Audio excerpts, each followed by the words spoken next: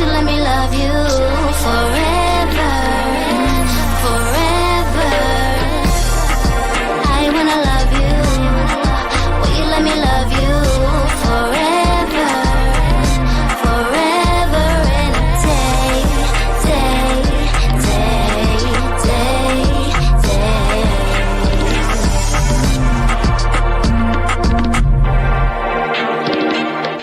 Wanna love you. Hey, Christina. Hi, guys. Okay, so happy Friday, first and foremost. Welcome to the Melanated Way. I'm Linda. That's April. We normally go live on Mondays, but it has been a birthday celebration month, and I needed time to recuperate for the last couple of days. So we are going live on Friday, but what's good about going live on Friday is that we're covering 2 episodes. And you guys know we're still catching up. So we're on season 11, episode 8 and 9 of 90 Day Fiance. Love, sweat, and tears. How deep is your love? All the things. Hey, Lori. I'm driving, so I'm just listening in speech to text here. So hopefully it's correct. But wanted to see something, and I'll be listening. Here we go. Like Christina. So, yeah, we're catching up. We're slowly but surely getting back to updated. All right, we're gonna just jump right in because we've got basically like 4 hours of coverage, and I'm trying to do this in an hour. But we talk a lot, so we'll see how that goes. We're gonna start with Shekinah and Sarper. Sarper feels kind of so after meeting Dan. Dan is a mess. Dan's still in love with Shekinah, and Sarper has just grown on me. I don't know what he's done, but he's definitely done the work to change his personality so that he's not what we first saw. He has like a great sense of humor, and I'm here for it. It's like Florian. It's like deadpan, but hilarious to me. Anyways, he calls Dan a little French detail that is a problem. So, no problem, just this little French detail. Je ne sais quoi, mais little French detail. I thought it was hilarious. And then they played this flashback where Dan is calling Sarper, supper, supper. I don't like you. Supper. I don't believe in your love. Supper. And Sarper goes on to say, it's like the French bulldog barking to a German shepherd. The bulldog wants to be a German shepherd, but he's never going to be a German shepherd. Died of laughter. Did you see, I said on one of your most recent posts, I would love to see Jovi, Sarper, and Florian together because they're all so funny to me. Yeah. Jovi liked that. I was like, I think Jovi's into it because he's a deadpan humor person too. Yep. But Sarper's even a better person than me at this point because I wanted to fight at the dinner and he held himself back. Facts. And I mean, he talked about that in this episode. So Shekinah's happy how Sarper handled himself, meeting her friends, and especially meeting Dan. But he did do a disclaimer, right? He said, if he does it again, that's going to be the last time. And quote unquote, modern Sarper is going to be gone and caveman Sarper will be back. And again, died of laughter because you know what? Absolutely. Because even that last episode, I was like, he could have fought them and I wouldn't have been mad because that guy was being really disrespectful, especially knowing that that's someone's fiance. Like, he was incredibly disrespectful. Incredibly disrespectful. I was surprised the conversation didn't go into Shekinah. Why would you even be friends with somebody who has those feelings for you? Right. And challenges your relationship. But he didn't do that. He's not the controlling person that we once met. Right. He's modern Sarpa. Modern Sarpa. Hey, Jocelyn. Hi, Jocelyn. So he's like, I will resort to being a caveman in bed, died of laughter. Again, that's funny to me. And so then they start talking about meeting Shekinah's daughter, Sophie, and what's that going to look like because she's been hesitant to meet him because of all the things she's heard from family. And so it's like the following day, they're off to San Jose, have 73 days to get married.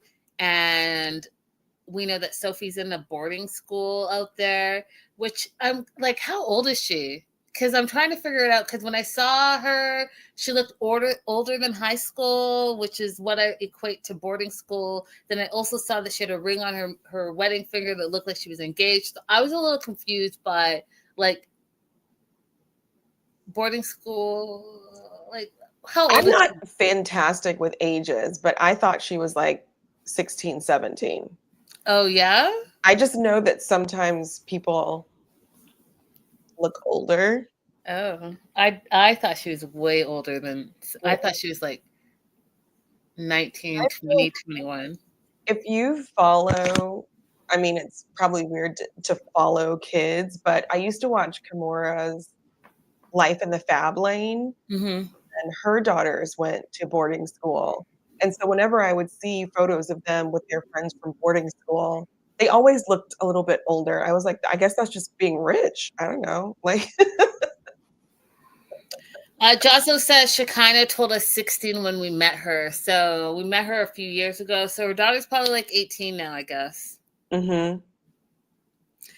Sasha, hey girl, hey, says, Hey. I think she just looks older because they wear so much makeup and style themselves like 20 somethings. Yeah. Okay, that's fair.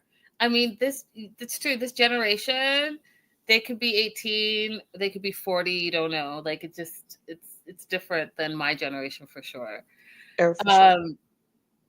Anyways, I just thought that was interesting because it was like boarding school. She looks way old for boarding school between like the nails and the tanning and the hair. I don't know. Definitely not 16. Definitely didn't think 16 now. So they're off to meet her. Sophie doesn't know that Sarper is coming to San Jose, and she hasn't wanted to meet him in the past, but they're running out of time. So I think they're trying to do like, let me just pull up on them. Let me just roll out and see what happens. Which, by the way, you guys, is never a good idea. Never a good idea. Never a good idea. I'm surprised it went as well as it did because it's never a good idea. And Don't ever surprise me. Don't roll up on me. You're not welcome in my house if you haven't called first and we haven't prearranged. Don't stop me in the street. Don't meet me at a bar. Like none of the stuff. I'm not for it because my face will show it. And you all know that my face will show it. That being said, they do the flashback when Sarper met, and I don't even know if I'm saying it right. Is it Shariah? Mm-hmm. And how that didn't go well. And he called Shekinah some terrible names, right? The S word, the B word, all the things. And he stood like 10 toes deep. I forgot how bad it was till they played the flashback. I remembered it didn't go well, but I forgot it was that bad. It was bad. And he stood on business. Like he was like, this is what I believe. And I was like, oh Lord. And that just showed me how far he's come in the years, because that dude I did not like. This dude has grown on me. But he does say, he's like, I'm a different than I was. That's the old version of myself. I'm the new modern Sarper. And he's hoping that he can continue to grow in that. Sophie and Shekinah meet for petties and to catch up. They talk about having 90 days to get married.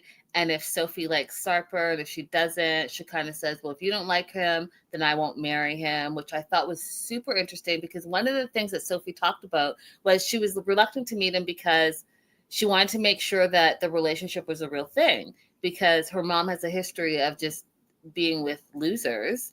And she also thinks that it's strange that they got engaged before she met him, which I think is a big deal, you guys. Like, you have a full-on child. It's you and your child against the world, and you get engaged, which means you're going to marry that person for hopefully forever. So that means that person's going to be in your child's life forever. How do you make that serious decision without your child meeting the person that you're like, this is my forever person? What are your thoughts, Abby? Exactly. Well, I would want someone, even if I don't have a small child that they have to help raise, I would want someone that still has a good relationship with my child. And so it's interesting to me that she's Sophie's so important that I will not marry this person if she doesn't like them, but it's okay for me to get engaged to them, okay for me to fly back and forth to visit them, what she did 8 times. It's okay for me to submit immigration paperwork to sponsor this person to come to the United States.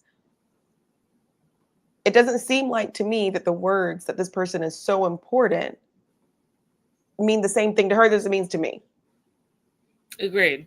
Because she goes on to say, if comes down to it, she's going to choose her daughter over love.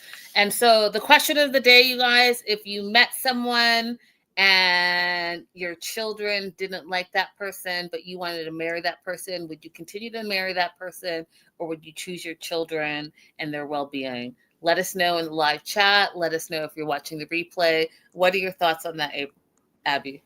I would not marry someone that my child didn't want me to marry because I raised a child that has sense. So I would assume if my child says, I do not like this person, I don't think they're a good match for you, that there's some real reason behind that. It's not just to be malicious.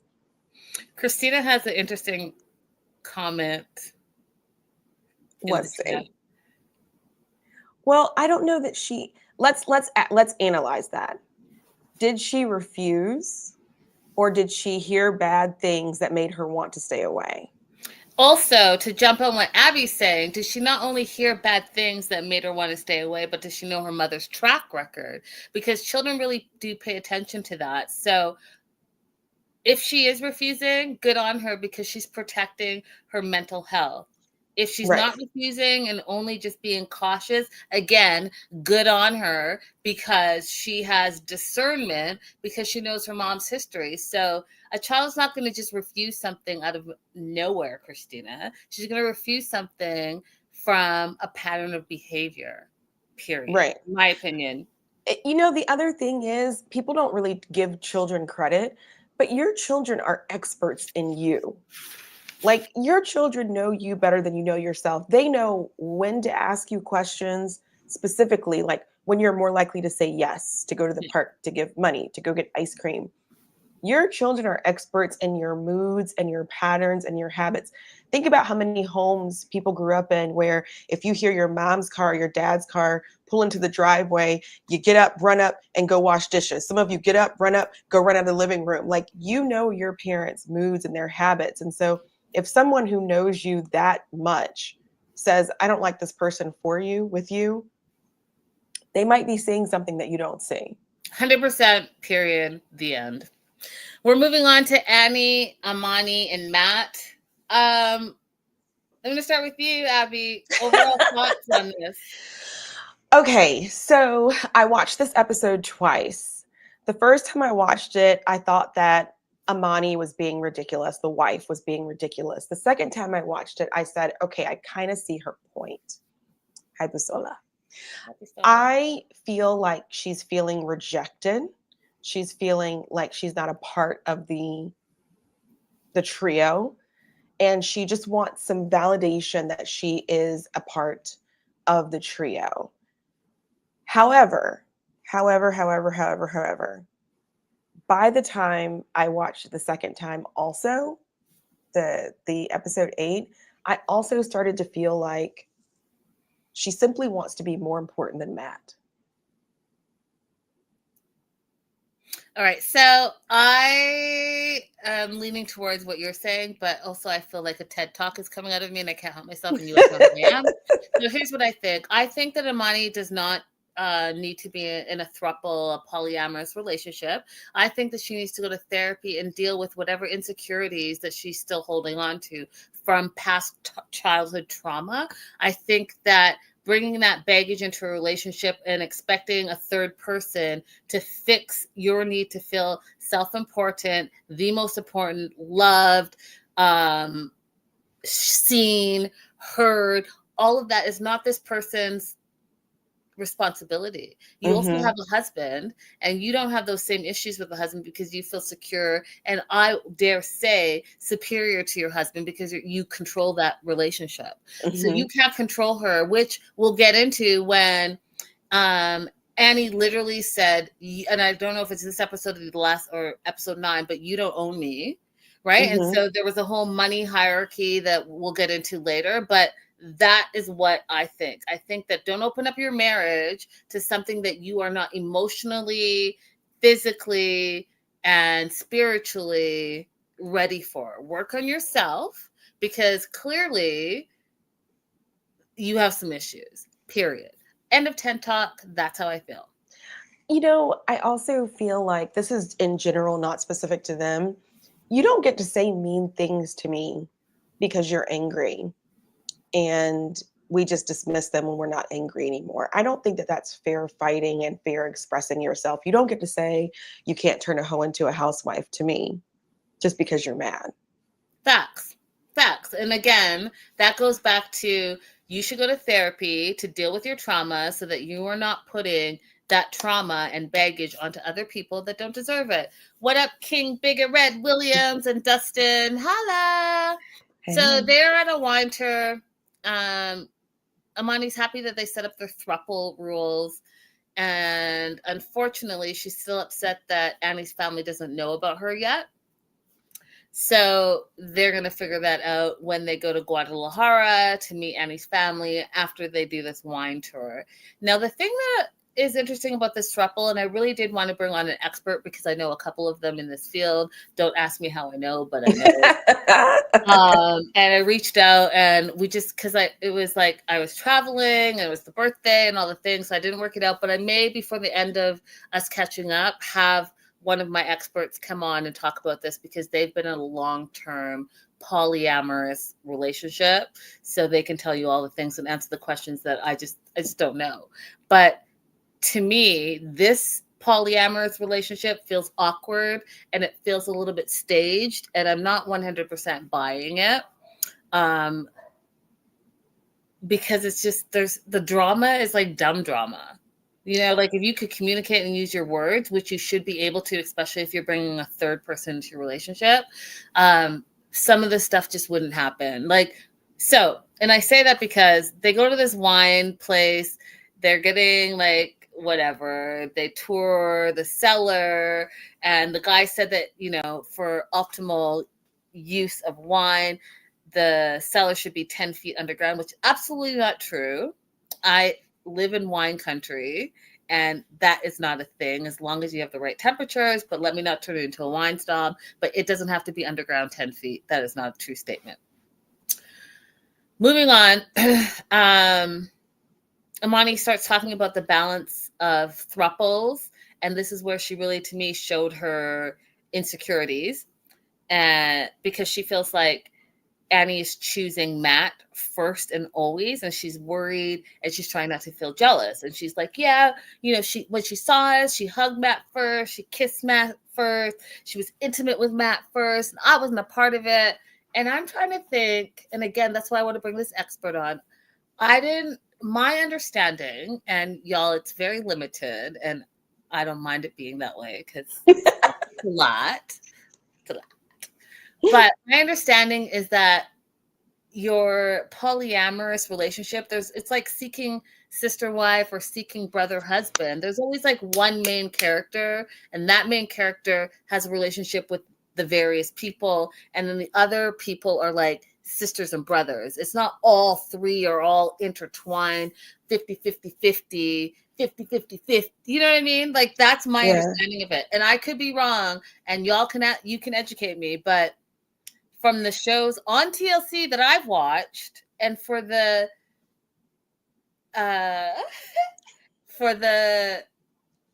she's about to tell us something that she's never told us before. Go ahead, right, Linda. You know me too well. Go ahead. For the people that are in polyamorous relationships that thought that I would be open to that again is not what they were presenting. Mm-hmm. So this new Annie, Amani, Matt thing I'm trying to figure out, like, so what are we trying to say? We're trying to say 33.3% for each of them? No, I would not categorize them as a polyamorous couple. The more that we get to know them, they're not really coming off as a polyamorous couple, because in that kind of relationship, I get to have an individual relationship with the other two people. And I define what those relationships are. We're friendly, we're sexual, whatever they are, you know? So in this situation, Amani wants to control the relationship between Matt and Annie. Mm-hmm. Matt doesn't seem to be seeking any control over Annie and Amani's relationship, but Amani wants to control their relationship. So that to me wouldn't be what I would think of as a polyamorous relationship between these people, especially since Amani seems to have this rule that they can only have sex all together. Yeah, that's why I'm like, what That's is kind this? of like either you want it to be a purely sexual relationship where we get together as a throuple and have sex, or you want to have a platonic and sexual relationship where you are friends outside and you do things together, in which case you can't control the relationship between those other parties. Yeah, I But mean, I again, don't even, but like Linda said, you guys, I don't know. I don't know. it's true. I do not know. I don't know. I'm waiting for the experts to weigh in here. I'll But have to that ask being, my friend Ron. He watches sometimes. He's been polyamorous for a long time. If you can't get one of your people, I'll see if he'll come tell us about it. He's definitely the main character in all of his relationships. we will circle back with our experts, you guys. Moving on. Uh, Amani confronts Annie about being introduced as just a friend and is basically forcing her to out herself. I don't know if those are the right words, but she wants her to go to the family and say, hey, not only am I bisexual, but I'm in this throuple. And hey, welcome to the family. And here they are. Mm-hmm. And she's trying to say, you know, I need more time to tell my family. And Amani's like, well, I get that. I get if you don't want to talk about being in a throuple, but you don't even tell people you're in a serious relationship. And she freaks out. She says, you know, you can't turn a hoe into a housewife. She starts crying. She flails to the ground, you guys. And she's, ah! And I was just like, I'm done. Like, you're doing the most. You're a grown ass woman with children. Is that how you would tell your children to react in a situation where there's conflict? Because if that's the case, then again, like I said earlier, you need to go to therapy to learn how to communicate and to learn yourself and your insecurities, because all of that stuff that you're trying to put on Annie is really your insecurities about yourself and your relationship, which is why I think that they shouldn't open the relationship. I think that this is just her wanting more. And someone, I think Sasha said, being self-obsessed and wanting what you want. Right? Maybe you're bored in your relationship. You think like, we'll put a third in and we'll spice it up, but you don't really want a third, or you don't really want the third to have a voice. You want her to do what you want her to do. So I'm unfortunately growing the suspicion, and I do think people can be bisexual and polyamorous and all that, but her behavior is making me grow the suspicion that she just wants to be lesbian, but she doesn't want to leave her life behind. She wants to still have what she's built with Matt, but have a relationship with another woman, because you would think if the throuple is so important to you that you're having this fit, that when Annie says, I want you more than him, that there would And I have been love more, you more than and him. I love you more than him, that there would have been more of a protest about that. And so that's why I said earlier, I think that more of her issue is that she wants to be more important than Matt. Yep. Yep. So Matt goes to check on Amani. He feels like Annie has been deceiving them this whole time, which I was like, ooh, that's a little extra in my opinion. And then Annie goes to check on her as well, wants a minute alone with her. Amani's like, you know, I need you to tell the world you're in a serious relationship. My note literally says drama ensues. And this is where Annie's like, you know, you're not the owner of me. You like drama. I don't like drama. I've been surviving on my own this whole time. And when she said, you're not the owner of me, that's when I realized also too, you guys, because we've seen how they live. They're both very successful in their own right. That money hierarchy and the dynamics that it plays in relationships. And I thought that we should talk about that just briefly, Abby, because, Yes. you know, the joke about, you know, I'm marrying for money and not for love and all of that, even in the 90-day situation where you're filing for a K-1 visa, the American or whoever is bringing over the immigrant, where the immigrant cannot work until they get their green card or the work permit. So they're relying on the American to financially support them. And that can be an abuse of power sometimes, you guys. Absolutely. And not only just that, you know, I read a lot about, there are a lot of countries that have like au pair or nanny situations where it goes awry. They go to the foreign country and their sponsor takes their passport, and literally they are in a position of servitude where they don't know when they're getting paid, they can't leave, oftentimes they're treated terribly and such. And so when I think about, you know, the K-1 visa process and how you really are putting your life and in the hands of someone that you think you trust, but they can do anything. And so when Annie was talking about you don't own me, I was like, oh, because we're going to learn in the future episodes how they send her money every month. And so I think she thinks that they think that, hey, you owe us a little something because we've been supporting you. And she alluded to also, what do they think I'm going to be doing when I come to the US? Am I just going to be taking care of the kids and cleaning the house? Like, do I not get to have my own life? So the money dynamic, just like Linda just said, can be very difficult when you're coming over on a spousal visa or a K-1 visa, because, you know, it may even take you a while to get a job. Even if you're coming with money, sometimes because of the currency conversion, it ends up not being very much. And because you might be moving to an area where you need a car to get around, it might not be as accessible for you to get out and do things. So it can very, very quickly turn into an abusive relationship, a financially abusive relationship, an emotionally abusive relationship. Think about how Jasmine just wanted to go to the gym and Gino wouldn't drive her there. You know, think about, I do not remember her name, but I think it was the most dramatic age difference that we've had in 90 Day Fiance. She was like 19 and he was in his 50s. She felt so free when she got a bicycle. Getting the bicycle meant she could leave the house and go to the store and go to other places. Like, so it can become an abusive dynamic very quickly. That's why if you are an immigrant coming to the US, I think it's really important that you ask your partner to go outside on FaceTime or WhatsApp video, whatever they have access to, and see what your surroundings are like. And then after you move, try to find a community. If you're in an area that actually has a community of people from your home country, try to find them, because they'll help you navigate things that your American partner won't even know to think about.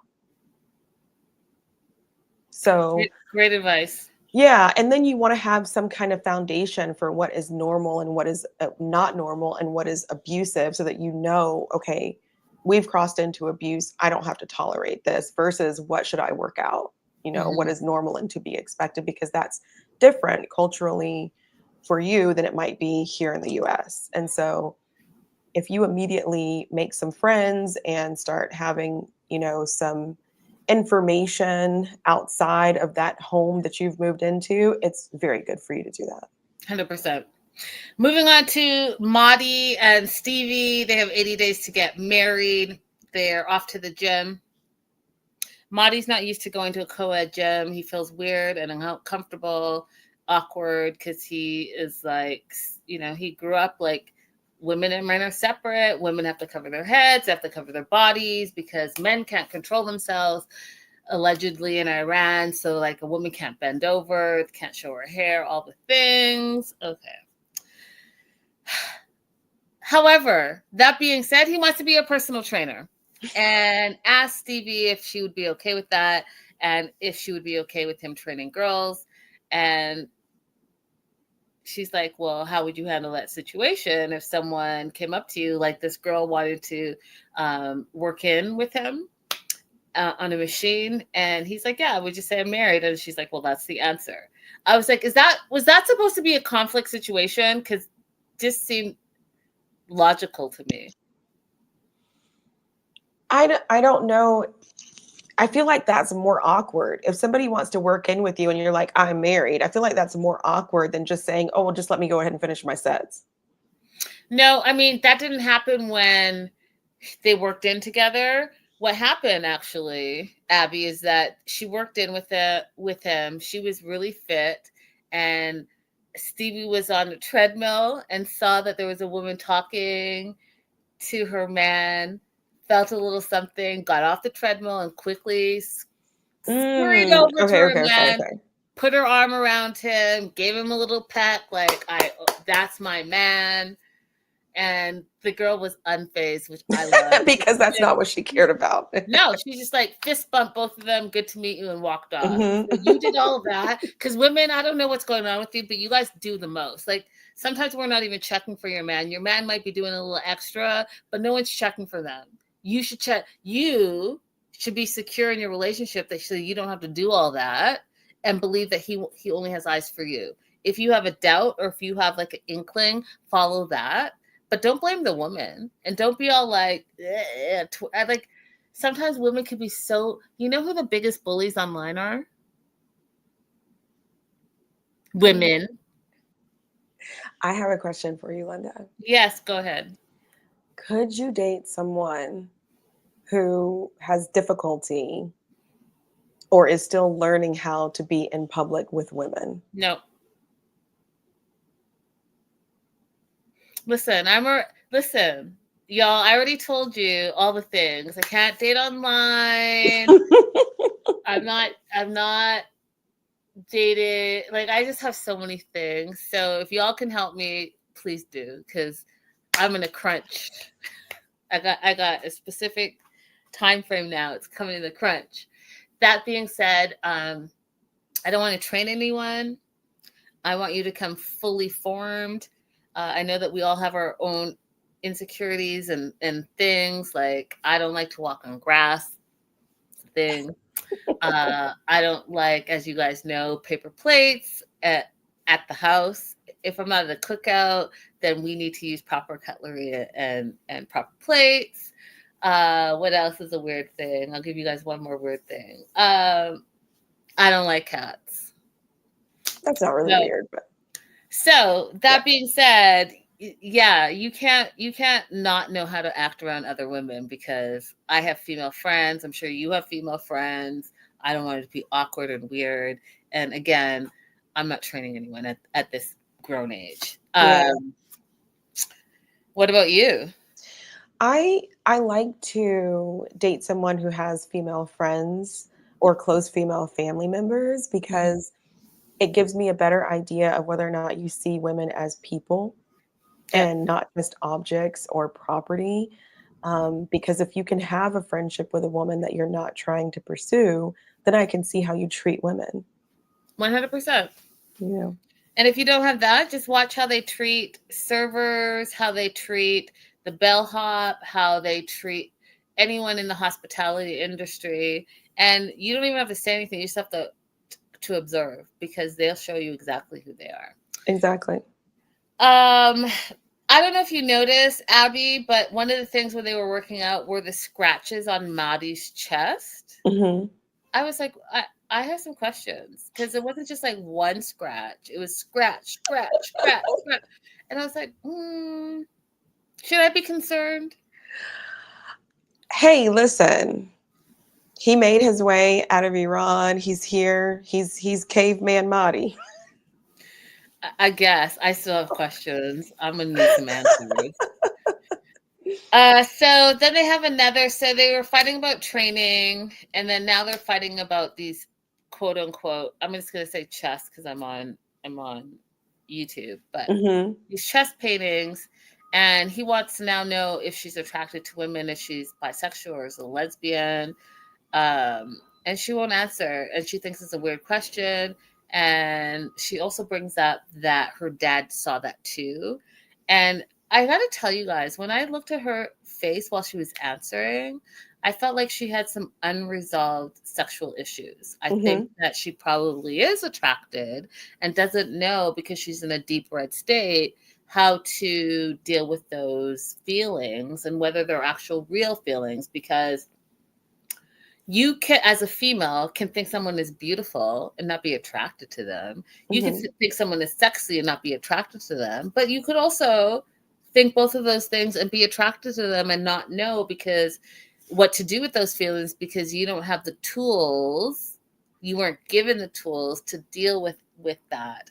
And so again, I know I continue to talk about therapy, but I just think that therapy allows you to work out and get the tools and resources that you may not have been exposed to deal with whatever issues. Because if someone asked me, if I had a partner and they're like, oh, you're making these chest paintings all the time, are you attracted to women? And I would be like, no, I just like painting, or I just like painting an abstract or whatever, but I would be able to answer definitively.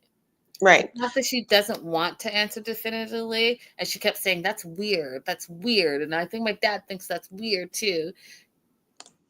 Showed me that you are, again, in a constraint where anything that's outside heterosexuality is considered weird. Mm-hmm. And that's what you were saying. You weren't saying the question was weird. You were saying that you were uncomfortable with the question because it's considered weird to be mm-hmm. anything outside of being heterosexual. Abby. That's a good read on it. I don't think there's anything wrong with Madi asking the question, because if you don't ask the question, you don't know. We shouldn't make assumptions, right? So there's nothing wrong with him asking the question. And I don't even think in this case that therapy is really necessary. I think Stevie knows the answer. Otherwise, she would not have even told the producer, there's no reason for him to be asking me that. I'm not answering that question. Girl, you just don't want to say the answer. Yeah, I do think that therapy still, and again, I'm going to double down on this, is important because you can know the answer, but you don't know what to do with the answer. So she can know the answer, but because, again, she doesn't have the tools to deal with that, then she's going to be more conflicted than ever. If she stays in a state of denial, that's how she continues to act like it's an issue. Mm-hmm. You have to deal with the issue in order to confront it and move past it. And if you don't have the tools and resources to do that, then it's going to continue to come up in your life, and ignoring it is not going to go away because, and I have this saying right, everywhere you go, there you are. There you are. You know, because it's Pride Month also, it is a happy thing to be who you are. It is a happy thing to live freely. And part of your resistance in this world to conformity, to sadness, to capitalism, is to be happy and be who you are. So it's okay, guys. It's okay. Be who you are for your pride. You know that song? Abby broke out in song. I don't know what song it is, but she broke out in song, and I'm not mad at it. I know you guys miss my microphone. I was thinking about, because my home studio is down. It's been down for a while now, but I will. The microphone, the big one that I have, will make a comeback soon. They're having a date night at home. It's new to him. One of the things that I thought was interesting, because again, we talked about this, but children really are very perceptive, and they pick up on everything that you do as their guardians. But he's never seen his parents show intimacy or affection to each other, so this is all brand new to him. And you know, I sat and thought about that, Abby, and I thought, you know, that also plays a big part in who you are, because Absolutely. Have you not seen affection? How do you show affection? The other thing is there's no alcohol, he says, in Iran, and then you can get in trouble for that. But he took a big sip of that Chardonnay with no hesitation. That was interesting, right? Because I would love to also pick the brain of someone on the show who's Muslim, like the Soldier Boy, Madi, because are you all picking and choosing what the rules are? I'm confused. Basically. I'm confused. And then, like, how does that work? But then again, that can be in any religion, because I'm a Christian. I look at Christianity and the things that, you know, I guess we all pick and choose. But it's curious. So she's going to paint on their home date as well. And she wants to paint her button legs and then sit on the canvas, and he's not comfortable with that. And then she wants to paint her chest. He's not comfortable with that as well. So they settle for his arm. He does the arm. they fill in the bicep part. The part that like drove me crazy, you guys, is that they put the paint on his arm and then he sat back on the couch, leaned back. I'm like, y'all okay. Y'all do things different, just like how you all are trying to explain and explain away how you shouldn't shower every day. You don't have me. Outside clothes are for outside clothes. Shoes stay outside. If you're painting, at least wipe that stuff off before you sit. Like, y'all are doing the most.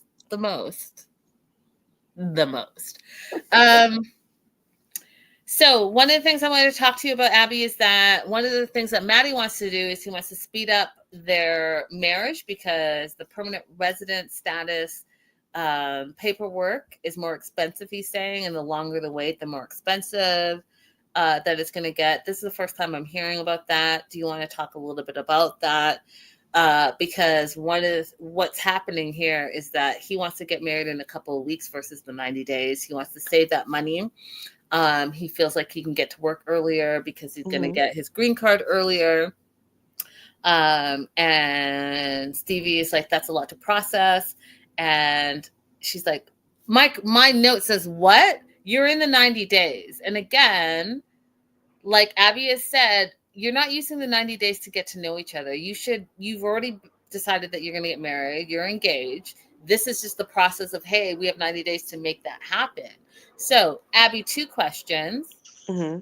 Does it cost more money to get your permanent resident status nowadays, 2025? Mm-hmm. And 2, what are your thoughts on them speeding up their marriage? Does it make a difference if it's 2 weeks or 90 days? Yeah, so the price increase went into effect April of last year, and it wasn't just a price increase, but it was also, there were some applications that had no fee that now have fees. So the price difference in total that Madi's talking about is $1,245. That was the amount of increase from what it was previously. Oh, wow, it is so a lot. That's the amount that he was trying to avoid by going ahead and getting married earlier, which also gives us some perspective on the time frame of this, because that price increase went into effect April of 2024. So the 2 forms that you must send in to apply for residency. One is the family petition. That price went from $535 to $675. The other one is the actual application for residency. It used to be $1,225 and it went up to $1,440. There are 2 optional applications, a travel permit and a work permit. So before you get your green card, you need the work permit to work, and the travel permit just in case you want to leave the US while your application is pending. Some people like to have a little honeymoon in Mexico or go to Canada, and so they want to have their travel permit for that, or even just to vacation and see their family again. That wouldn't be Madi's case, but just in general. Those 2 forms used to be free when you submit your application for residency. Now the travel permit is $260 and the work permit is, sorry, I got it mixed up. The work permit is $260 and the travel permit is $630. So these are the fees that Madi's trying to avoid. Do you get your work permit faster if you apply faster? Absolutely. The priority is based on how the applications come in. So if they got married at the end of 30 days, as opposed to the end of 60 days, they have a 2-month jump on how that work permit and that green card is going to be processed. I completely understand him asking the question. I think that his approach could have been a little bit different. It might have made her more comfortable if he just said, hey, can we talk about our general finances right now? This is how much money I have. I have enough money to cover what I thought it was going to cost to apply for the documents. But now I've learned there's going to be a fee increase. Is that going to be comfortable for you to pay this fee increase if we don't get married sooner? Because otherwise I don't have the money to pay what I thought the fees were going to be. Maybe that would have been a better way to bring it up, as opposed to let's just get married earlier without, understanding what her financial landscape is. 100%. I agree with all of that. Thank you for that knowledge. If you guys are new to our show Abby is an immigration attorney. Make sure you follow her. She has all of her handles under her picture. And also, don't forget to like and subscribe, you guys, to both of our pages. What are y'all waiting for? Yes. I'm building up my YouTube, guys. Go over on this channel, Abby Winters 80, and subscribe over there and hang out with me. I'm more fun over there. Than here? Yes, even more fun than here. Okay. You know, it's not all subjects here. It's any day here. Go hang out with me on YouTube. You get all subjects, okay? That's fair. That's fair. I can't even be mad at that. Stevie feels like she's not sure if she wants to get married because she doesn't know if he really wants to get married. And she wants to make sure that he realizes that she has a choice whether she gets married or not. And she doesn't think that he should talk to his family every day because it makes him homesick. And it makes him think that he still lives in Iran. And every time he calls his mom cries, and that affects him, and that affects their relationship. So she is telling him to not call them all the time. He feels less selfish. And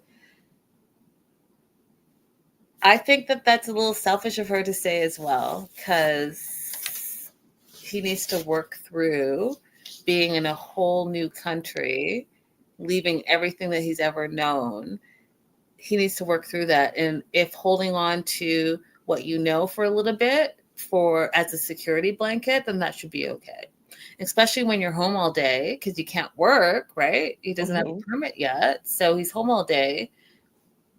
He wants the comforts of not being lonely and talking to his family. I think that should be okay. What do you think, Abby? I think this is her fault. I think this is in general, like Americans' fault. You know, when this person comes over that they're not going to have much to keep them busy during the day. So if you're not doing the groundwork to get out and find where's the Persian community, where's the Arab community, where's the Eritrean community that I can help them get access to find things to do, where is my local library? How can I make sure they can get there on a regular basis if they want to go there and just busy their day? What kind of things can they do during the day in the community that I live in? If you're not laying that out for them, then that's on you. If I had someone that was coming over here to stay with me, I'm doing the K1. I'm getting them a Metro map. I'm getting them a Metro card. I'm taking them around on my first few days that I have off when they first get here to show them the lay of the land and how you can occupy yourself and what goals can you make for yourself? You want to visit every museum? You want to visit every tea shop? Like, I'm going to make sure that you have things to do so that you're not just sitting there. Like, anybody would be sad to just sit there. Mm-hmm. I do have a different opinion about speaking to his mom every day, though. Like, I don't think it's Stevie's job to tell him whether to speak to her or not. But like when Taylor was younger, going to sleepaway camp, one of their rules always was no calls from parents during the first 3 days. Because kids do get more homesick if they speak to their parents first. You're allowed to leave cards. You can write letters and they'll deliver the letters to the kids and the kids can write letters back to you. You don't get them before camp is over, but they don't allow phone calls because they said that kids get more homesick with phone calls. Yeah, I agree, but I don't agree. And I don't agree because camp is different, right? You know, you're going home at some point. So you're just being clingy. But when you actually leave your country that you've moved forever, that is halfway around the world. I don't know. It seems a little different to me, Abby. Okay. You're right. It's a little bit right. Okay, Mark and Mina, I'm going to tell you right now that I just think Jordan is an asshole. And nothing she says or does moving forward is going to change that for me. So just know that that's the perspective I'm coming from. I think that I called her a lot of words that I will not say on YouTube, but she is the devil. So Mark finally stands up for his fiance. He says, we've been ganging up on Mina. She's hurt and she's disappointed. She's angry and I love her and we have a daughter together. So I need everyone to come on board. I needed Mark to do that as soon as the attack happened because this was just not okay. Right? She is brand new here. She's meeting your family for the second time. And your daughter is an asshole bringing up prenups and such, all the things. And when I say, you guys, that I literally was texting Abby with all my angry words while I was watching the show. I'm not kidding. Like, she's the devil. She's the devil manipulator, and I want to say some other things, but I'm holding back because I don't want to be that person. But she's not a true, kind female. No, she's not. And neither is his mom. Oh, listen.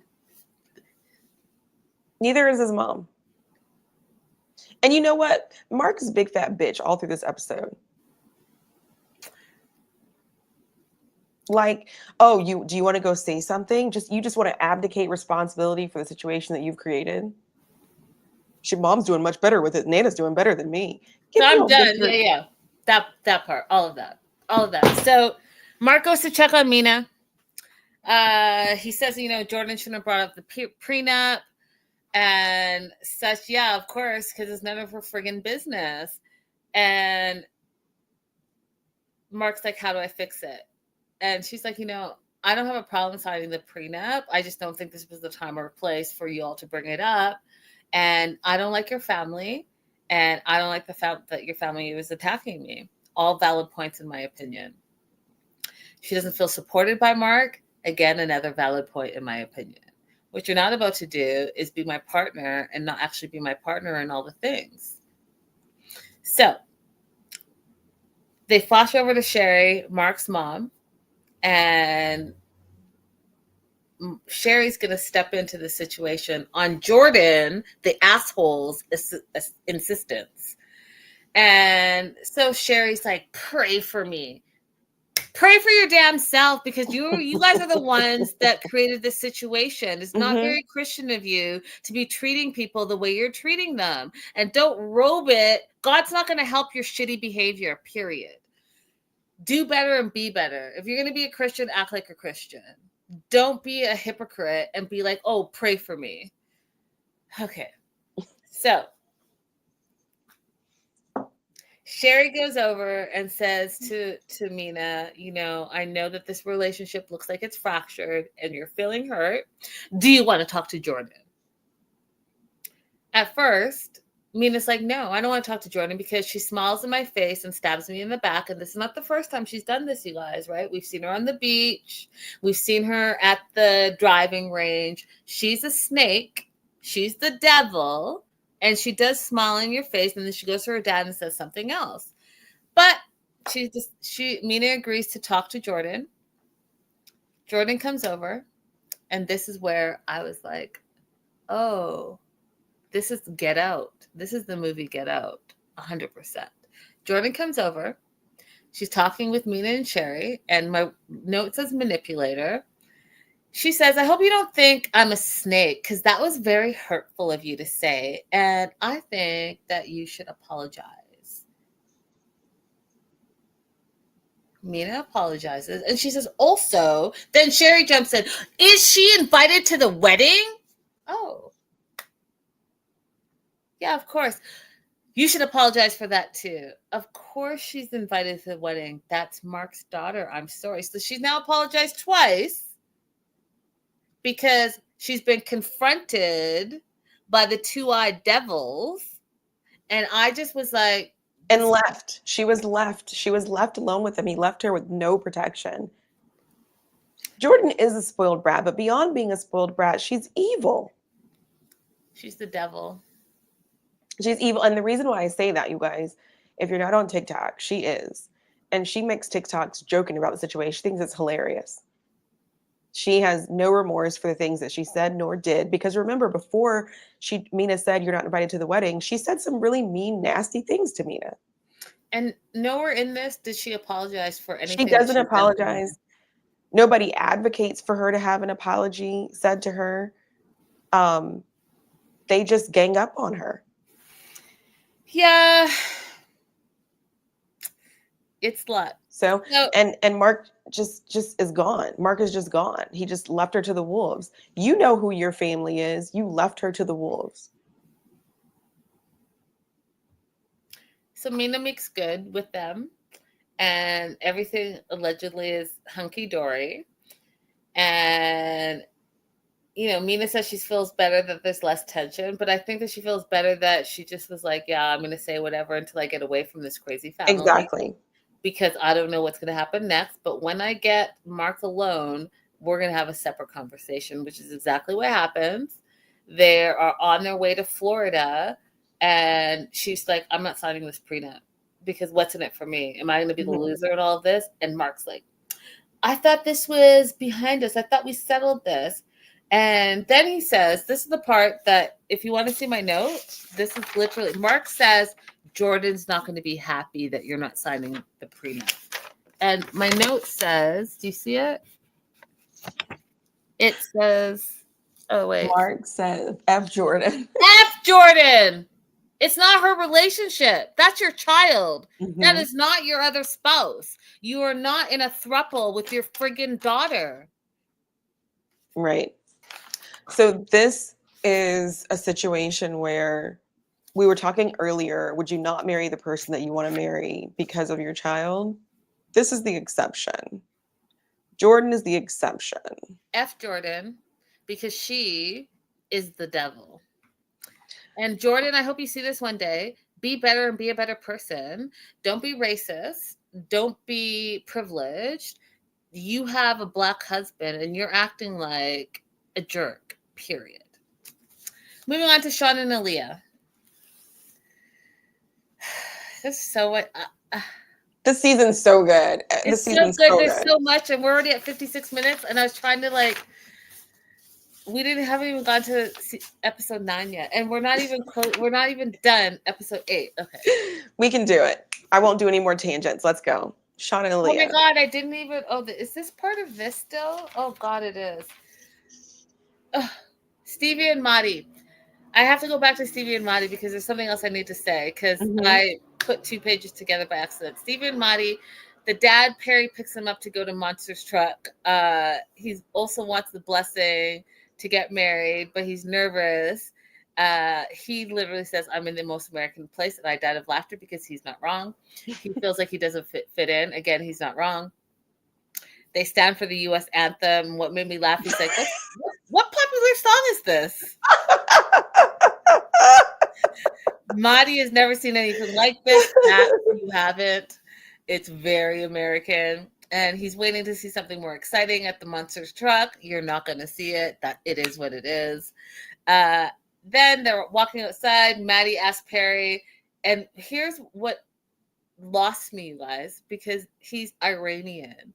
And you've been, where are you? In Mississippi or wherever you are in some crazy red state. You've been there for 2 weeks. He said, you guys, I'm fixing to propose to Stevie really soon. You're doing what? He's assimilating. I'm fixing to propose. My note says, what? He asked for a blessing and permission. He shows the ring that he got from Iran. Perry's like, well, how many days have you guys been together? And this is the part that I didn't realize. They had a week in Turkey and 2 weeks in the US. That's it. That is not a lot of time, you guys. I get why they are like ships in the wind. That is 3 weeks. Yeah. He's only 26. She's 37. You got 11 years between you and only 3 weeks together. That is a lot. Yeah. So Perry says, I need you to be good to her. I'm not well. I just want to make sure that you're fully committed and that you're going to treat her right. And so I'm going to need some more time to see who you are as a person. I needed to say all that before we went to Sean and Aaliyah. Okay. All right. They were intimate the night before. They thought it was very special. They have a special bed, you guys, that it raises, it vibrates, it does all the thing. So, I mean, what part of that played into the specialness? Linda, do you want a vibrating bed? She's probably not going to answer that, y'all. I don't need a vibrating bed. I am the vibration.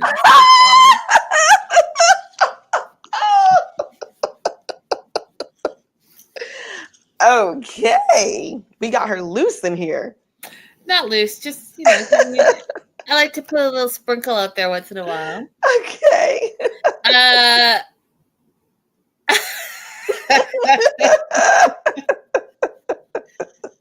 The other thing that distracted me, you guys, because I get distracted, is what's the doll? The little black doll that was on the bed? Did you notice that black doll on the bed? I did. And it reminded me of that one I said no more tangents, but it reminded me of that one episode with Aziz Ansari where he talked about like the girl was a little bit racist, but he still wanted to smash because she had one of those little figurines beside the bed.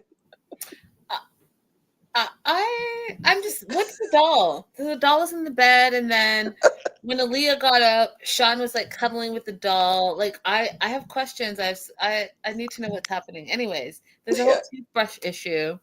And Aaliyah, I don't remember her being a nurse, but I guess she's a nurse. I don't remember ever hearing that.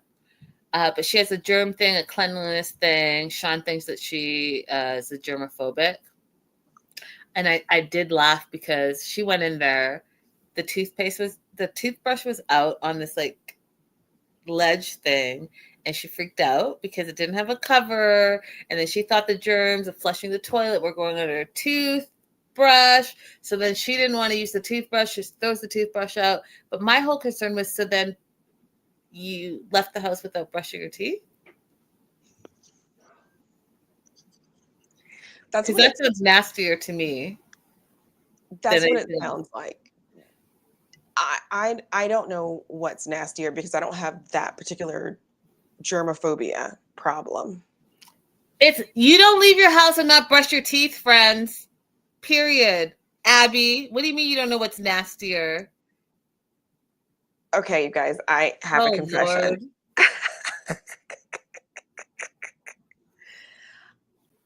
I will go downstairs to the gym without brushing my teeth.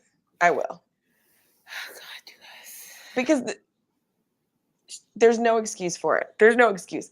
But if I stop to brush my teeth, then I'm washing my face, then I'm not going to the gym anymore. Then I'm gonna refill my water, then I'm gonna get my lunch together for the day, then I'm gonna have the less things that I do, the more likely I am to get to the gym.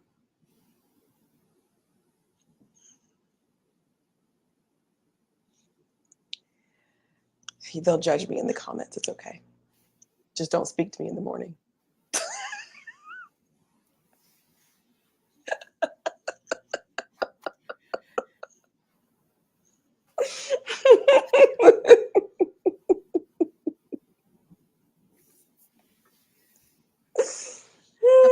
America, you guys are just so crazy. Okay. They go to the drugstore to get this toothbrush. To get this toothbrush and the cover for the toothbrush, and then it turns into a whole thing. They see some doggy toys. They get like a carrot doggy toy, and then just all of a sudden, out of the blue, they're getting a at-home HIV test, and we find out that Aaliyah tests herself every month in an abundance of precaution, and she's cautious because they're in an open relationship. Sean thinks that her mental ideas about having to test all the time is affecting their intimacy because of it. And my thoughts are no, she's being safe, especially when you are in a same-sex relationship. I think that you need to be extra safe. And I mean, I might be wrong, but that's what I've always been taught.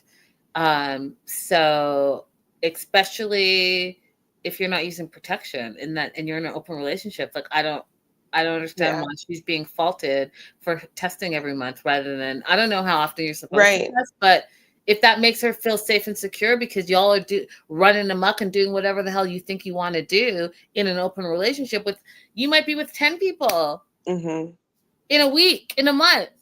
So she wants to test herself to make sure she's safe so that she is not spreading a disease that doesn't have a cure or whatever. I know you can be undetectable, but you know what I'm saying? Then she should be okay to do that. So what are you talking about that she is being extra with it and it's affecting your intimacy? Yeah. How about you not have an open relationship when you have a friggin' fiance? How about that? I thought that this whole rant by Sean was weird because I would think in that community you do know the importance of testing, of knowing your status. I also thought it was weird because they had this whole conversation about testing, but no conversation about PrEP. I'm just, you guys, I mean, Yeah. yes, I agreed. mean, PrEP is available. Aaliyah's a nurse. She knows it's available. So I was just like not really sure why we weren't talking about preventative measures as opposed to just finding out what your status is after the fact. And why Um, are you talking crazy about testing on national TV when your community should be testing the most? Why are you yeah, making it like it's a bad thing? But right. again, I also think that might be an age thing because Ali is 25 and he's 62. So I do think that the mentality is a little bit different because Do you think so? Because I feel like the older gays are the ones who still remember the 80s. The older gays are the ones who still remember them being wiped out and decimated by HIV and AIDS, right? right. So you would think that I would think that he would have more understanding, but he doesn't. but he doesn't. So I'm wondering, like, That's why I think it's an age what thing. communities was he gay in? You know what I mean? Like, who was he around as a gay person when he was younger that he doesn't seem to have any respect for the testing Yeah, I process? don't know. I don't know. So the other thing that was an issue is the transitioning, and Sean has an issue with Aaliyah possibly transitioning fully, and they're going to have to navigate what that means for both of them to be happy.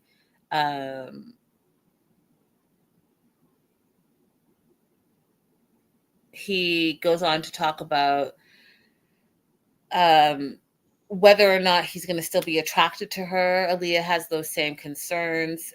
He says, I'm not sure how I feel about it. I just know that in this part of his life, he was attracted to men. So if she fully transitions, he doesn't know if he's going to still be attracted to her, which, I guess that's valid, right? Because I feel like this is uncharted territory. Like, I don't even know how to, like, this is an issue that, like, I've never seen before, so I don't know. How do you respond? Abby, do you have thoughts? I do have thoughts. I think that it's perfectly fine for Sean to have these concerns, but I think that what's unfair is that this is a process that Aaliyah started in Brazil. And so if you're not ready to continue the relationship, then you should be waiting on filing the K visa because now you've put both of you in a very difficult situation because you don't even want to really get married and you don't want to be with a woman. And this situation would not have existed if you just either ended the relationship or allowed more time to pass with you making that decision while Aaliyah was still in Brazil. Now you have separated Aaliyah from her family, from her job, and for what purpose? To continue doubting what you want to do moving forward? So, dislabeled, I'm not really sure what you are referring to, but I think that you're probably not on the same page that we are. We are perfectly fine and respectful to people who want to be in same-sex relationships. It is not a science experiment for someone to transition or to have a happy, healthy sexual relationship. You must be new here. We don't mess around. So I'll say it because Abby is a lot more politically correct and nice than me, even though I am Canadian. Like, cut that shit out because I will delete and block you. So we do open minds here and we don't judge. We listen and we don't judge. Juan and Jessica, real quick. I think this whole situation with Megan is wild. I really don't understand it. So she's meeting with Megan, who's hurt and heartbroken over Juan and Jessica lying to her about their relationship, about the cheating. She's cried. And I just think Megan needs to let it go. She feels lied to by both of them. And she's trying to how to figure out how she's going to start moving forward with Ron and how does she trust him again.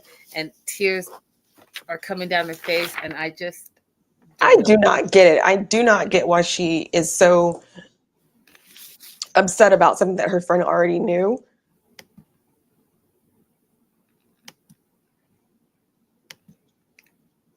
Go on, because I'm trying to do something here. Oh, okay. Yeah, I'm not understanding you why have the friend... to do it because this person's from your page.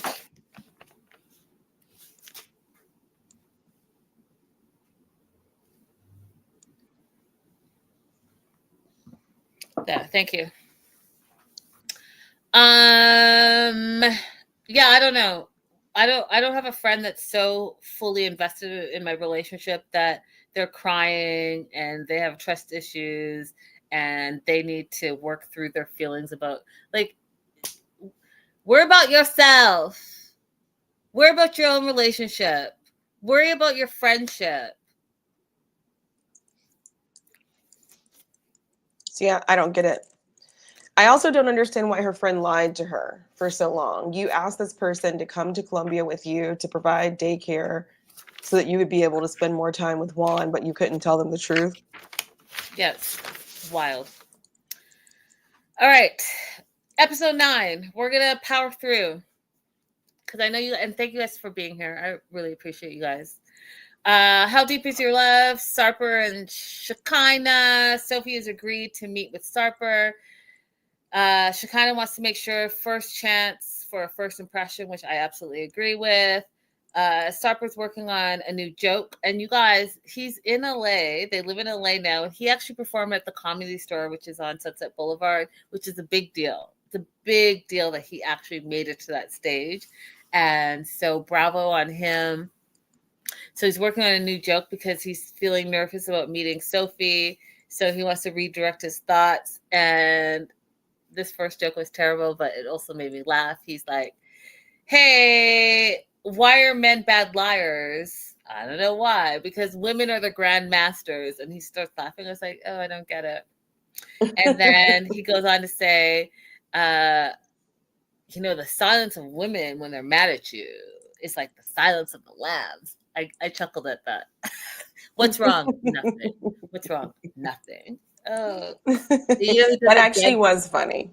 And he does a deadpan, so it was so funny to me.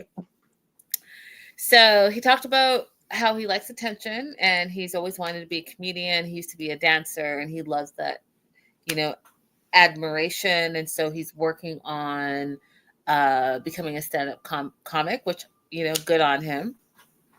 Shekinah didn't react to his jokes. She's like, okay, enough of that. Come sit down. And that made me laugh. You know your partner. And you know when you're like, oh, I want to support them, but I don't want to shoot down their dreams. And then they talk about meeting Sophie. He's going to take a blanket for her because it could be cold on this whale watching they're going on. And then he's like, I'm a father figure, so I got to think about these things. That was funny. So, he's funny in the moments, you guys, I think. And again, he's completely grown on me. We meet Sophie. She seems very, very sweet. They get on the boat. They whale watch, and it's windy. They get splashed on, and then they acted like they've never been on a boat before, which was, a little weird to me. So they're all seasick. Sarper's seasick. He gets sick in the little bags that I've never even seen them on flights anymore. Is that still a thing? Yeah. Apparently it is. And he used it, which I was shocked about, but here we are. He goes on to say, don't ever let me organize anything else from here on out. He apologizes to Sophie for the boat ride. And then she thinks he's okay. He's like, but she thinks he's okay, but she also is like, you're gonna have to prove yourself to my family. But it looks like you've taken responsibility for your previous actions, and it looks like you've changed. And for however old she is, I thought that was a very responsible response. What are your thoughts? Mm-hmm. I thought they both handled this perfectly. He is directly addressing and not trying to gloss over his past behavior. And she's being receptive. This was very healthy and mature, I thought. Agreed. 100%. So I'm not mad at what's been happening with them. I think there's growth going on here on everyone's part. I think she kind of could do a little bit more growing up, but we can talk about that later. Moving on to Mark and Mina, 63 days to get married. They had a rocky weekend in North Carolina, to say the very least. They're en route to Florida, West Palm Beach specifically, and they're going to meet Diana, who is his ex-girlfriend's best friend that he's still friends with, which is already messy. She's also the one that introduced Jade, his ex, to him, which is also very messy. Mm-hmm. And they go visit her at her shop in Palm Beach. And the first thing Diana says to Maria is that, did you get the BMW yet? Now, here's the thing. I was like, is she being friendly and joking? Or is she being an ally to her friend and being a hater to the new woman?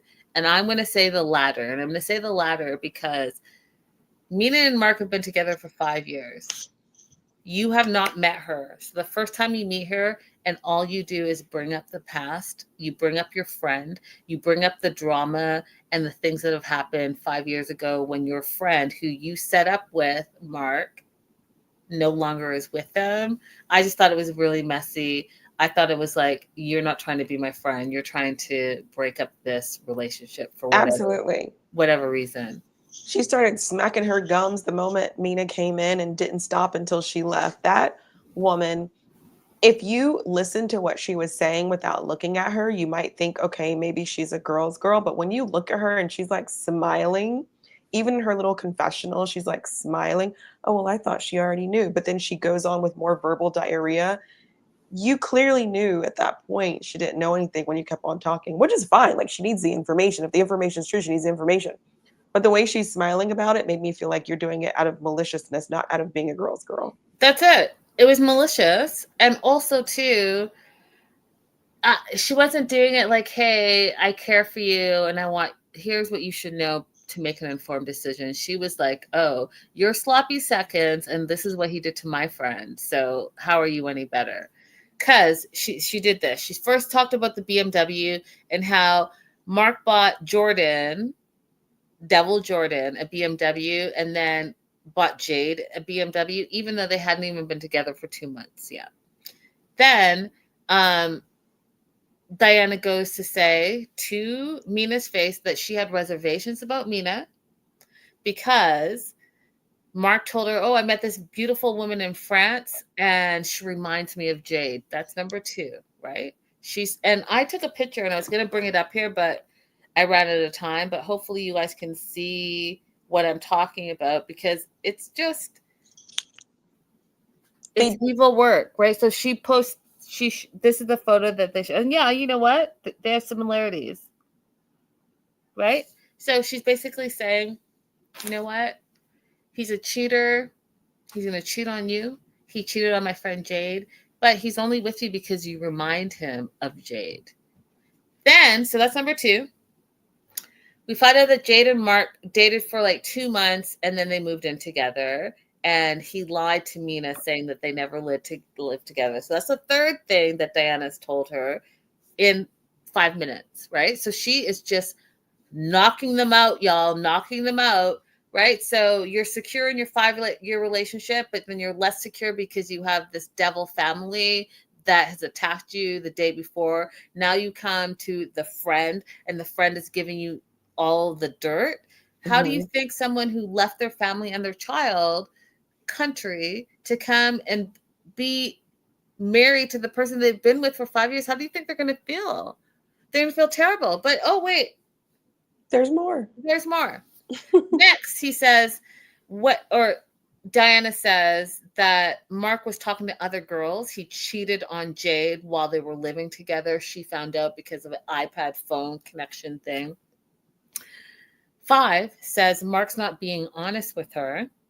And then my note says, is Diana being a girl's girl or is she being a B?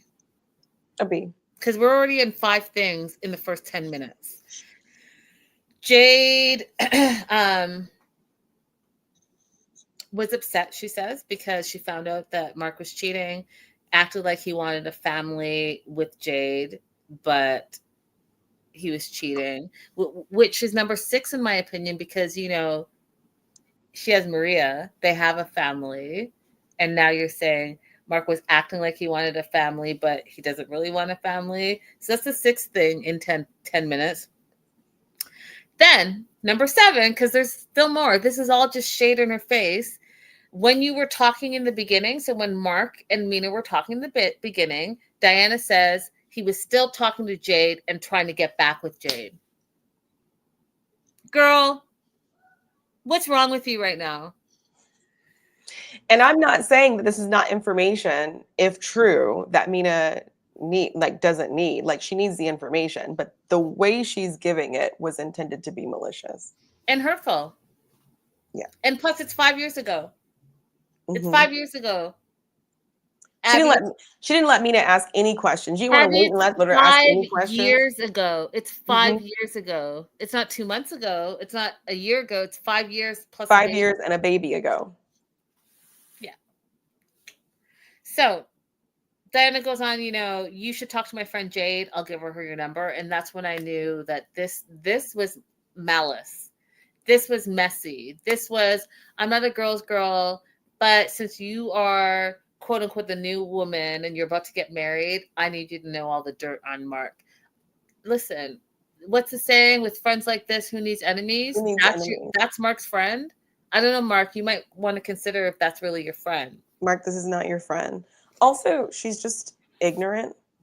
When she made the comment, oh, I wasn't sure about, you know, what your relationship really was because you never came to visit.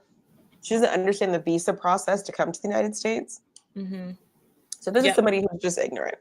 Yep. So Mina got in the car. She's super mad.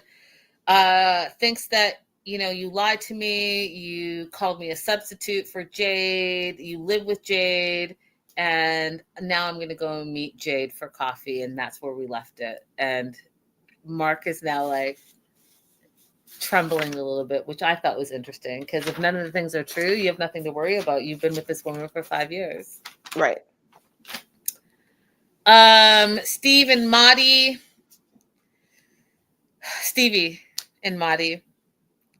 Stevie wants Maddie to prove that he's 100% ready to get married. And wants Maddie to prove that. And I just don't think that that's a healthy way to come into a relationship. Like, why do I need to prove that I want to marry you? And if so, how would I prove it? Do you know what I mean, Abby? How do you prove you want to get married to someone? You're already committed to them. You already left your country and your family and your whole life. So what else do you need this man to do? They're having a double date night. I haven't been on a double date in so long. I want to go on a double date. It's been a few years for me too. I went to a breakfast. I haven't been on a double date in so long. Someone want a double date with me? I'm going to need an actual date. Right. Let's start with the date and then proceed into a double date. So, yeah, Stevie's demand that he show that he's 100% ready is already for them. Like, one of the predictors for when a relationship is not going to work out is when you are not assuming the best of your partner. So whenever people are talking in terms of they're already not assuming the best of their partner, that's already like they're on the path of not working out. 100%. Becca, hey girl, hey. Becca says, I feel like leaving your home country knowing you very likely can't return is pretty close to 100%. Facts. That's facts. And like, for him not to be able to express, like, she shut him down a couple episodes ago when he was trying to express his homesickness. For him not to even be able to have an honest conversation with you about that without you putting yourself first in that conversation is also not a good thing. So she's not acting her age. She's 10 years older than him, and she's unable to 11. display any maturity about what he's just gone through. Yep, agreed. So they're having a double date night with Megan and Adam. One of the things we find out that I thought was interesting that they just slid in. You know what I hate, you guys? I hate when they slide in random facts and then they don't back it up, because that's where the juice is. Just like how Match Me Abroad, you have the opportunity to be abroad and then you don't show the country. It's missed opportunities. We find out here that Megan and Adam helped Stevie pay her way to go to Turkey for the first time to visit Madi. What's that backstory? Because, you know, she had to pay for him to come, or she has to sponsor him and be able to afford him while he gets his green card. So, like, if you so can why did she need help with the flight? Yeah. Right. If you can pay for your flight, then can we talk about that? Yeah. Anyways, they go glass blowing. And you guys, I don't know if you've never been glass blowing, but A, that's a great date. B, I definitely want to go on a date or a double date glass blowing because it's so fun, you guys. You think like you're a super artist because you do get all the glass, you mix together. And however, I will say this. Okay, there's two things that sidetracked me because, you know, I get distracted. The first was the owner or the worker, his hair, where it was like 3 dreads here, and then what was that about? Rat mohawk dreads, shave side thing. What are you doing? Because this thing and like no, he was being who he was for his pride, I guess, but pick a look. Second thing is, you know, they call Aaliyah a germaphobe, and they're also now calling Madi a germaphobe. And I just think that it might just be like, respectfully, I love y'all, but Americans, some of y'all are nasty. And I think that you might have a little lower standard in like cleanliness and stuff. So the blowing machine, right? And here's my note. This is my note. Even when you go and have hookah, they have plastic things that they stick on the actual machine. That wasn't happening in Timbuktu where they were. So Madi was expected to blow on the thing. And then the guy made the joke, well, we clean them like monthly or weekly or whatever he said. That doesn't make me feel better. And then I went down a whole rabbit hole, you guys, because here's the thing, Abby, and because y'all need to go follow Abby all on her social media. She's like a world traveler. She's doing a DC series on restaurants and the places to go and all the things. But here's where I went down the rabbit hole because A, I would be Maddie. Like, you don't have a plastic cover for this? Like, nah. But here's my rabbit hole, Abby. You go to a restaurant, especially a fancy restaurant, and I started thinking about the cutlery. So the cutlery is the cutlery that everyone puts in their mouth on a regular basis. Mm-hmm.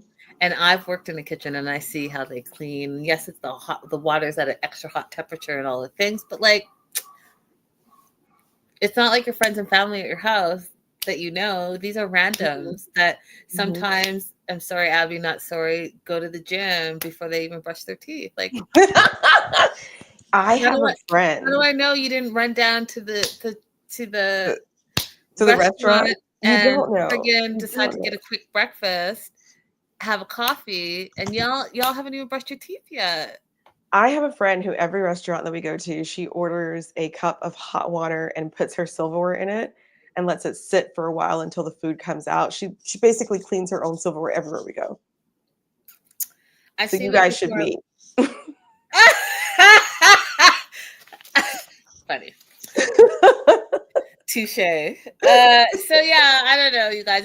I did go down that rabbit hole a little bit. It was gross. Forks, cutlery, and restaurants. Okay, so Megan has concerns about Stevie. Says she's giving off weird vibes, especially about the marriage, and she's acting a little cagey. So she confronts her, and Stevie's like having some doubt, and decides that, you know what, if I ever have a doubt, that I'm not ever going to get married. And again, I get it now because I didn't realize, looking at their time frame, they really only known each other in person for 3 weeks. It's a lot. Do you want to add anything, Abby? You know, it's neither here nor there, but I'm surprised she flew all the way to Turkey just to stay for 1 week. It's not that expensive to actually stay in Turkey. The flight itself is expensive, but staying there is inexpensive. So I'm not really sure why she couldn't stay longer so they could be around each other for a longer period of time. I think my hotel, all through Turkey, none of them were more than $50 per night. And all of them were nicer, like on the nicer side of the hotel. So I'm not sure why that again, she's created the situation because she could have spent more time with him before doing the K1. Yeah, 100%. And if you're gonna fly halfway across the world, you guys, at least give yourself 2 weeks, because you're spending 2 days each way traveling, because you're losing and gaining a day each time. So just 4 days are out. You also have the time change, right? So you're gonna have to adjust to that. So like by the end of that, that's your 7 days. So yeah, that's not much time at all. at all. My Turkey trip was just a little bit over 2 weeks, and there's still so much that I couldn't see and do. Yep.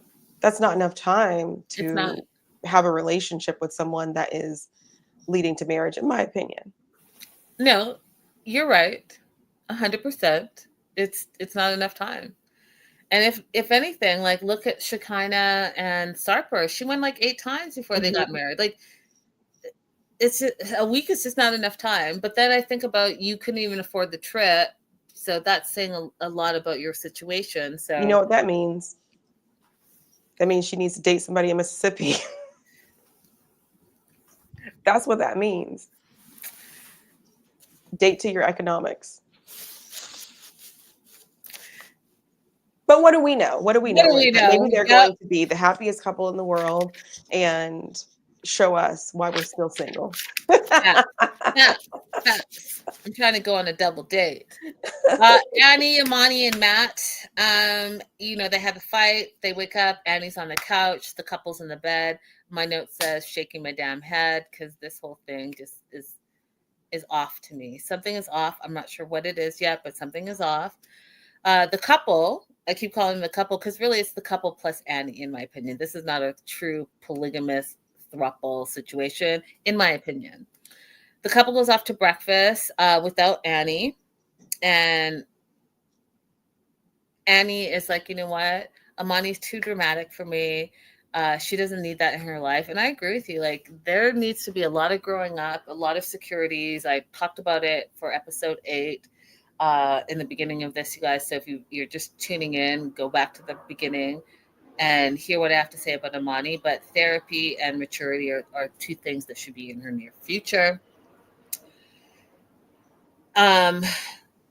So they go to breakfast. Amani's mad that Matt didn't say anything during the fight. She's like, is it just me? I thought it was both of us in this together. And who are we to her? I don't know. And then Matt says, all I see is lies. Is this even possible? And then goes on to say that he doesn't even love Annie. And you know what I caught, Abby? Here's what I caught, Abby, and everyone that's watching.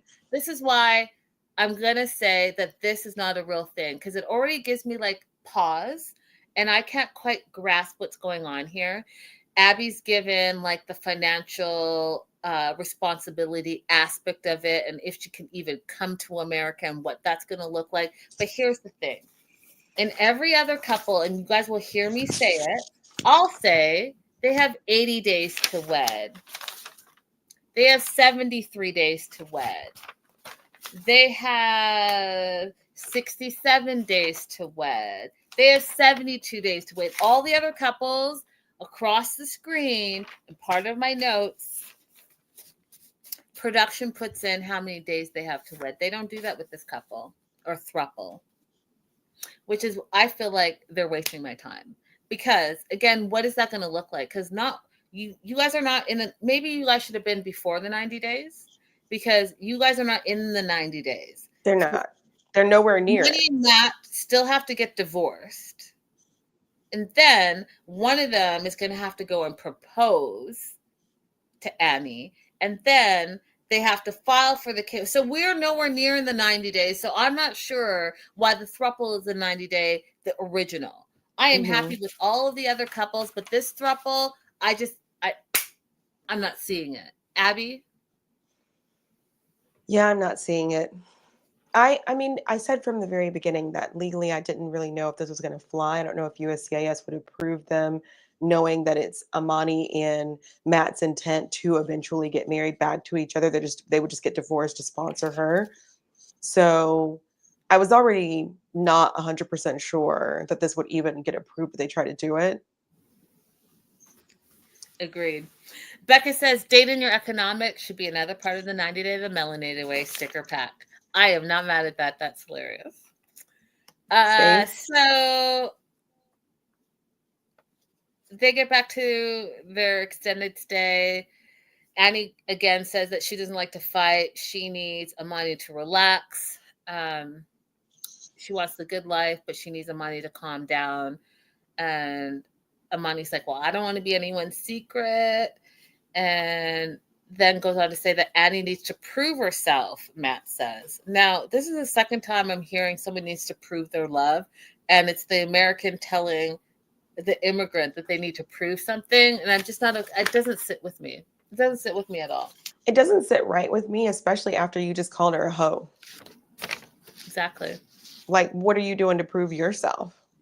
Yep, exactly. We finally see Joan and Greg again. They have 79 days to get married. They're working out.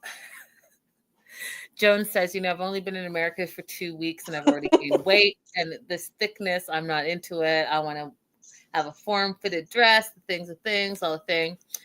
She talks about how everyone's in shape in Uganda, and then they make the joke because, they're walking everywhere and they're active. And it's true, you guys. I do think that first world problems in America are, we drive everywhere and we drive to the gym, we work out when we want to work out.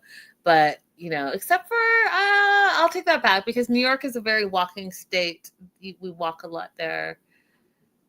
Cali. It's not the same though. It's not the same though. Like, yes, you can walk around New York. Yes, you can walk around DC, but in other places, I'll say just Mexico, that's where I lived before, I feel like walking and biking is more respected. Yeah. And so I'm not fearing if I'm on my bike in Mexico that somebody is going to hit me because it's more respected as a mode of transportation, not just a recreational thing. Yeah. Yeah. So it's just interesting how active and not active. But so they're trying to work out. Greg's open to joining a gym. And he talks about membership. And I was like, what gym do you have where you live in New York State that is $10 a month? Because I will join that. It's probably Planet Fitness. It's $10? They typically charge $10 a month, but it's a horror. I hate Planet Fitness. My dad used to be a member at Planet Fitness. Every time I went with him, they'd have like pizza or donuts at the front counter. I'm not even kidding you. People are like languishing around the different machines. Nobody's really moving. It was horrible. It's cheap though. $10. I mean, if there was you have to really, really, really be self-propelled to be a productive Planet Fitness member, because otherwise you'll go in there and just eat and dawdle around like everybody else. No, if I was paying $10, I'm like, I'm in and out. Let me just do my thing and get out. Because $10 is, you know what I really want? I really want to, like, I have my gym stuff here. What do I want? I want a home that has a home gym. That's what I want. I want a home so big that it has a whole gym area. Okay. Joan wants Gray to get a real job, and he surprises all of us and says he has an interview as a facilities assistant with the state. And Joan says, don't screw it up. Don't screw it up, Greg. I'm rooting for you because I told you last week, love is not enough. Love is not enough. You need to get a job at 35 years old, and you need to move out of your mama's house immediately, if not sooner. Well, she didn't ask how much the job pays, so don't know if he'll be able to move out of her house, but at least he will be a productive member of society who's working every day. Baby steps. Get a job. You're 35. Get a job. He's not going to have enough to pay for the cows in that period of time, though. He's still going to not be able to pay the dowry. So what do they do in that case? I remember in Annie and David's case, he got on like kind of a layaway plan to pay her dowry. Mm-hmm. Yep. Can they do that for Uganda? Do you have any idea? Yes, they can. Oh, okay. I've peeked ahead. I think that, listen, Greg, I'm rooting for you. But you know what? You're rooting for Greg? I am. I'm rooting I stopped rooting for Greg. I'm rooting for him to get his life together. I really am. But you know what I just realized too, you guys? That I didn't realize how young he is. Do I have this right? Is he 26? He's 26. Can't be. I must have written that wrong. That cannot be right. I started rooting for Joan to be able to find a different partner. I understand that she's already likes Greg, but I don't know, man. Have you ever seen a failure to launch Yeah, I turnaround? got it. He's 35 and Joan is 26. Okay. He looks older than 35 though, y'all. But that's just me. I'm not Yes, great thank with you, it. Becca. She's 26. He's 35. Get a Yeah. job. Get a job. She's already leaps and bounds more productive than him as a member of Earth. Yeah. So I just, in the beginning, I thought, oh, he's a really nice person. But the more I learned about how he doesn't have his life together, I just, I don't like women being rehabs to build men. Right. What is it like? Yeah, no, I get it. Listen, no more training. Go and be a man in the beginning. How about that? Come to me as a man. So Joan wants him to get this job, and if not this job, he needs to get a job within 2 weeks or she's done. She extends that to a month deadline. And she just doesn't want to be in an unstable relationship. And she's not wrong. However, Greg now feels pressured. And I'm like, you're 30, like you're 35. You're closer to 40 than you are 20. What are you talking about? Did you plan not to work your whole life and just live off your mama, and then your mama dies and then you live in her house and continue to not work? And listen, Greg, listen. You're gonna have to get a job. Okay. Last Sean and Aaliyah. They're meeting Jackie, who we met back in wherever we met her. They're meeting at the downtown LA flower market. I'm not sure why. I thought originally they were looking for flowers for their wedding, but they were just randomly at the flower mart. They've known Jackie for 3 years because they met her abroad. They're talking about nothing, about Sean's house, how Sean's house looks like a castle. It's older than Aaliyah would like, but she's Beverly Hills. He's like, okay, you don't have a modern house, but you're in a castle in Beverly Hills and you're complaining. Exactly. Aaliyah, please look around at what the other 90 Day people have arrived to. Yeah, could you, I don't know, could you just. Sophie had to use an outhouse. Aaliyah, please look around. Yeah, like, no. Talk about their intimacy and how it may be different because Aaliyah is transitioning.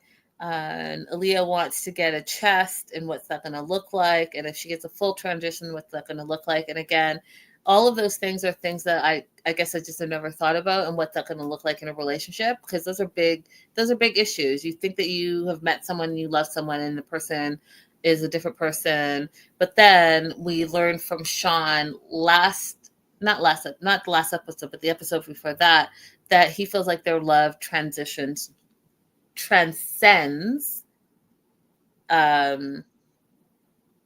gender. So again, talk to your partner, because that's the only person that really matters in the situation. The two of you need to talk and communicate and figure out what's going to work for you. That being said, they have 65 days to get married. A lot to discuss before they get married. Jackie comes over to the house. Jackie's actually like super impressed with the house. She's like, I don't know what Aaliyah's talking about, but I love this house. She wants to get in Barbara Streisand's dress. Right. Brow bras. And Sean talks about like their life together. If it was up to him, he wouldn't do the K1 visa. They would just live together and see what happens. But they tried the student visa, he said, the regular visa, and so now it's K1 or nothing, or either him having to move his life to another country. Abby, do you want to speak on that a little bit? The visas? Yeah, this is not the first couple that has tried other routes instead of doing the K1. So to do the F1 visa means that you're going to come and be a student in the United States. You have to prove that you have a sponsor and that you have already been accepted to a program in the US. and show that you have some interest in that program or why. I think the reason it may have been difficult for Aaliyah is because she's already a nurse. So once you've already achieved a certain level of education, they're kind of like, okay, I think you're just doing this just to come to the US and stay, not for the purpose really of advancing your education. Most people come to the US because they're going to be working on their bachelor's or their master's and they're not in their final career yet. It can happen, but it's pretty rare. Also, you need to have a more extensive travel history or background in order to prove that you've left your country before and that you will go back to your country.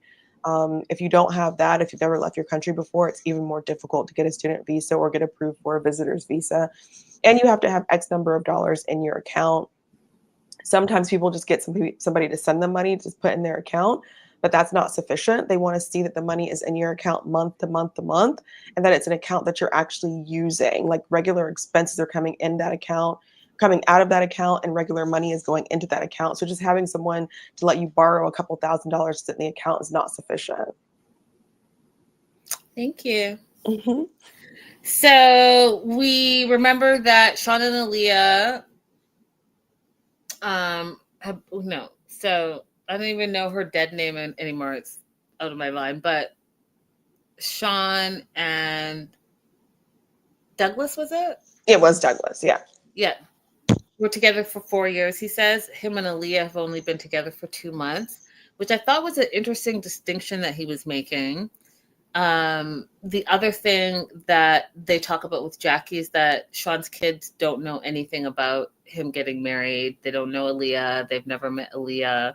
And that's going to be a problem, right? Because not only is he showing that he doesn't really want to get married, he wouldn't if he didn't have to. And so Jackie brings up, well, are you marrying for desire or are you marrying for necessity? Which I think is a conversation that anyone is thinking about getting married should talk about. Are you getting married just because you think you're too old or you're settling or whatever? Is it desire or is it necessity because you think you have to? Only you know the answer to that. Right. And if somebody said in front of you, if it was up to me, I wouldn't get married at all. I would just live together. Do you just go ahead and nope out of that situation, or do you just keep sitting there? Exactly. I know it's hard because you're looking at, all the things that you just shut down in your home country to be able to come here. But you're not going to sit in my face and tell me that your first choice was not to marry me. That's it. Period. Full stop. That being said, you guys, that is our show. We did episode 8 and 9. We probably are going to do the next 2 episodes just so we can catch up so that we can be in line with the tell-all. Yes. So we'll be back. Make sure to like and subscribe, and we'll see you guys soon. Bye. Bye-bye. I want to love you.